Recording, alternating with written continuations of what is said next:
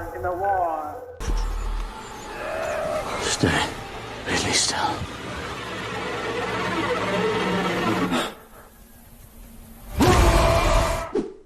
What is up, everybody? Jeremy Eisenfire here, and welcome to the E-Channel.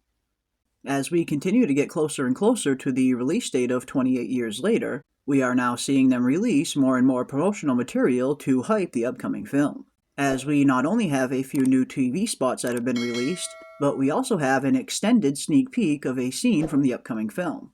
And I must say, with each new TV spot that is being released, I am getting more and more excited for this upcoming film, as it looks like it's going to be one of the best horror films we have seen in recent years.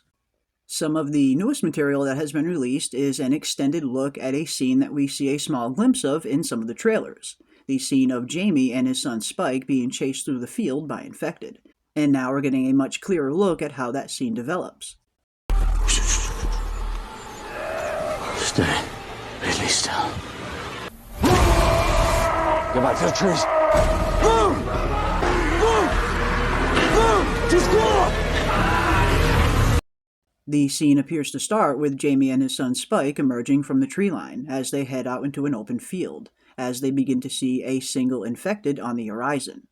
And in hopes of not being spotted, we see Jamie tell his son Spike to stay absolutely still, hoping that they won't get seen, as we begin to see more and more infected begin to appear, including the long-hair infected that seems to have heightened intelligence that we have seen in previous scenes.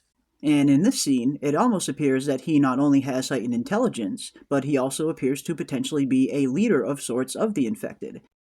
And just as Jamie is telling his son Spike to stay still, we see the long-hair infected begin to approach, followed by what looks to be the long-hair infected giving an order to attack, as we then see the surrounding infected with him start to charge towards Jamie and his son, as we then begin to see them running back into the woods with the infected hot on their trail. And while the movement from the long-hair infected is incredibly subtle, it does appear like he is almost giving an order for the other infected to start chasing after Jamie and his son, as before he motioned that movement, they were also standing completely still, begging the question just how much have the rage virus victims evolved over the last 28 years.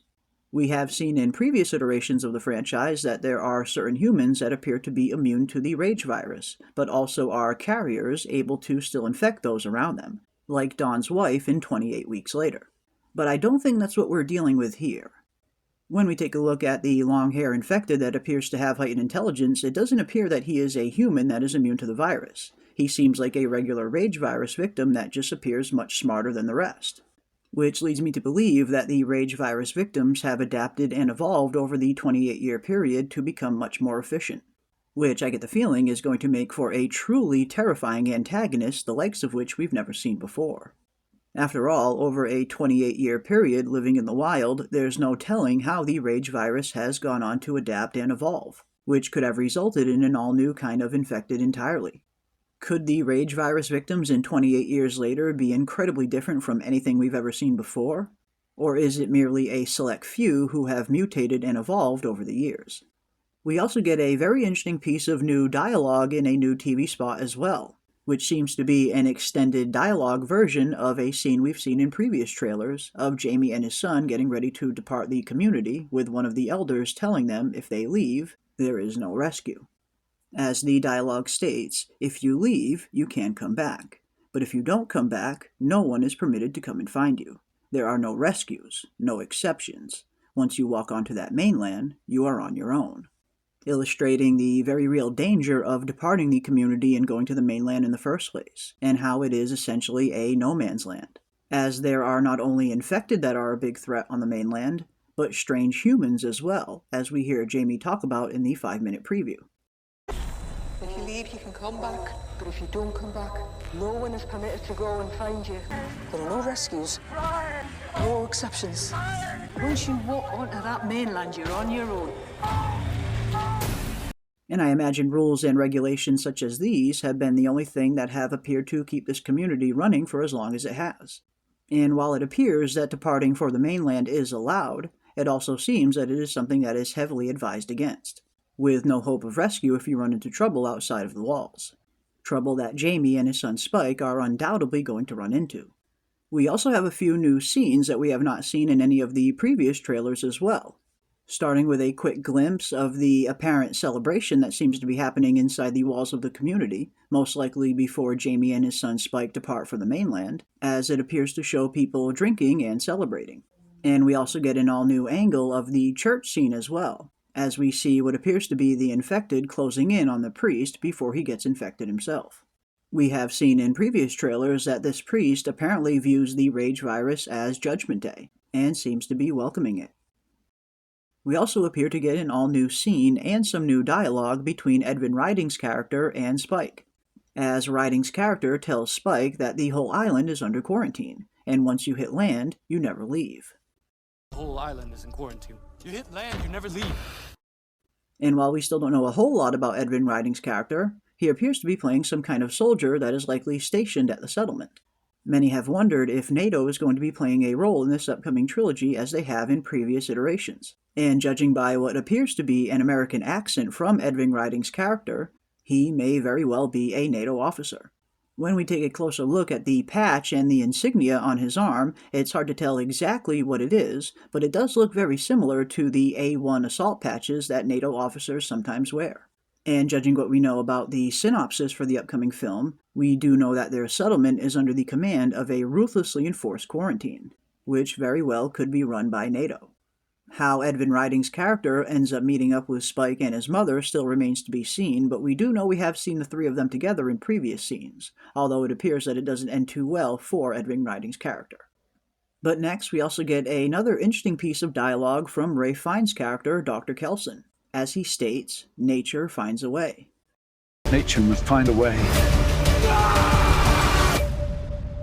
Judging from the little bit that we know about Dr. Kelson, he seems to be one of the characters that does live on the mainland, and appears to have a very strange fascination with death.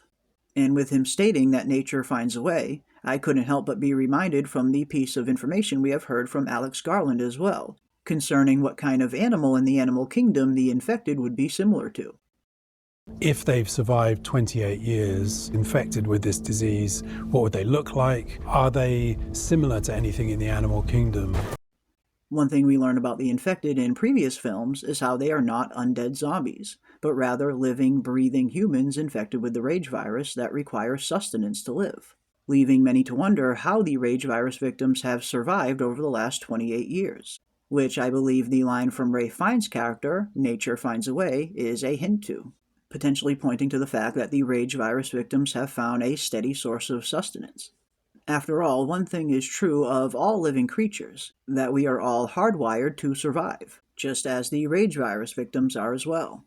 And seeing as nature always ends up finding a way, I get the feeling that that dialogue in particular is referring to how the rage virus victims have found a way to survive over the past 28 years, which could potentially make them that much more deadly. We also get a very interesting shot that shows Spike looking up at the head of a severed deer with the spine still attached, which not only reminds me of the poster for 28 years later, but also reminds me of that scene we see in one of the previous trailers of what appears to be one of the infected ripping off one of the soldiers' head and using it as a blunt instrument. Could this potentially be a signature of these new and evolved infected? Could the severed head with the spine still attached be a warning of sorts that they are wandering into infected territory? Or could it simply be meant as a scare tactic? And then, of course, there's also the possibility that this was left by other humans as well.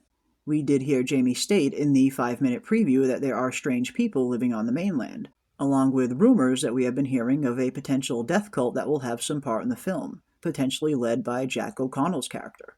After all, Jack O'Connell has stated in a recent interview that the role he plays on 28 Years Later is the darkest role he's ever played in his life, leading some to believe that he could be the leader of this supposed cult. But whether or not this severed head was left by humans or left by the infected, it definitely seems to have the same chilling effect, and I cannot wait to see who's really behind it. And last but not least, we have an extended look at the scene we've seen in previous trailers of Jamie and his son Spike racing across the causeway to try and get back to the community as an infected chases them. Dad! Help! Help! And I love the cinematography in this shot in particular. Seeing Jamie and his son race back to the settlement with the stars in the background looks phenomenal. and makes you think that with the exception of the infected, it could potentially be a pretty nice place to live with a decent view. But unfortunately, it seems that Jamie and Spike have no time for sightseeing in this scene, as they are desperately running for their lives. And overall, I have really been enjoying all of the new TV spots and new footage that they have been releasing as we get closer to the film. And I really cannot speak highly enough about the marketing department behind 28 Years Later. They have done an absolutely phenomenal job hyping up this film, with everything from their brilliant use of Rudyard Kipling's Boots poem to all of these very cleverly edited TV spots. It certainly seems like the excitement around 28 Years Later is at an all-time high, which is very good news, as we apparently have not one, but 3 new 28 Years Later films on the way, with the second film being titled The Bone Temple. But that is going to do it for our breakdown of the latest footage coming out for 28 Years Later. And definitely leave your thoughts and comments down below. Will you be seeing 28 Years Later when it hits theaters on June 20th, and what trailer was your favorite overall? And if you enjoyed this video, don't forget to leave a like on your way out and consider subscribing to stay up to date on all of our upcoming 28 Years Later content. And be sure to join our Discord for live watch parties and channel updates. And as always, I want to give a big thank you to everybody out there for watching, and we will see you on the next one.